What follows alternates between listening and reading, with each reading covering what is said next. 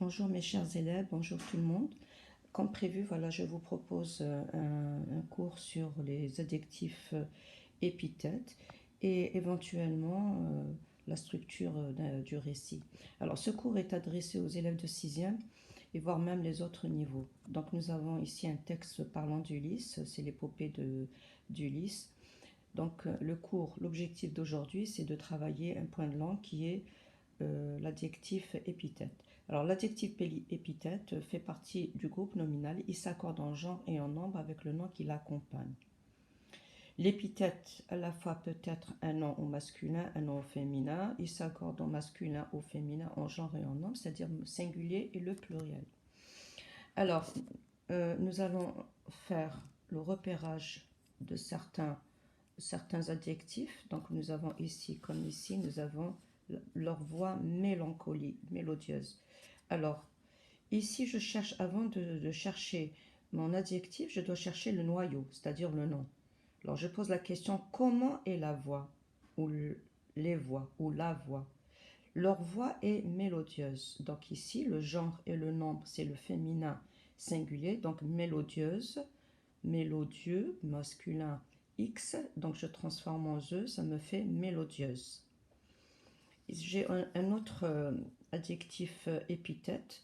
Alors ici, je vous ai présenté cet exemple, c'est pour vous dire que l'adjectif épithète peut être placé après l'adjectif ou avant l'adjectif. Donc ici, je cherche mon noyau. Qui est-ce qui est doux? C'est la voix, la voix. Donc je cherche le genre et le nombre. C'est le singulier féminin. Donc comment est la voix? La voix est douce, doux. Je transforme au singulier, au masculin singulier, je dirais par exemple un gâteau doux, X. Donc au féminin, je rajoute le CE, une voix douce. J'ai un autre adjectif.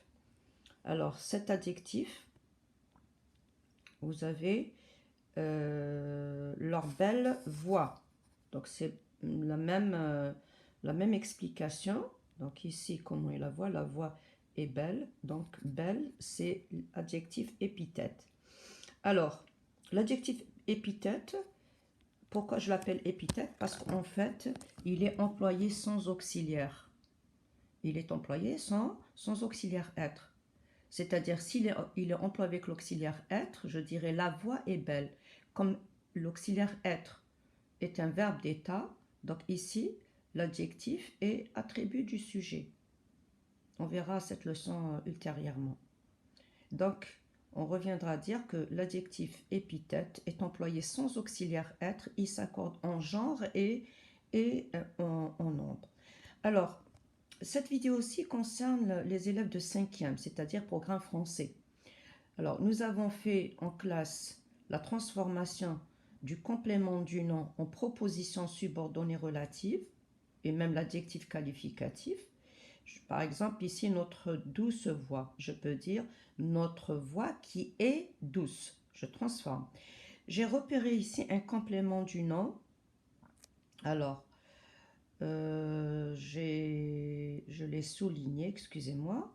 Alors, plus il s'éloigne plus plein de joie. Alors, plus il s'éloigne plein de quoi? Plein de joie. Donc, ici, de joie, c'est le complément du nom. Vous l'avez ici. Donc, plein de joie, il est ici. Donc, je dirais, il s'éloigne plein de joie, qui est plein de joie. Je peux remplacer de joie par la proposition subordonnée relative qui. Et je dirais qui est plein de joie. Donc, pour transformer le complément du nom, j'enlève le de, la préposition, quelle qu'elle soit, de, à, sans, etc. Je supprime, j'enlève la préposition et je la remplace par qui.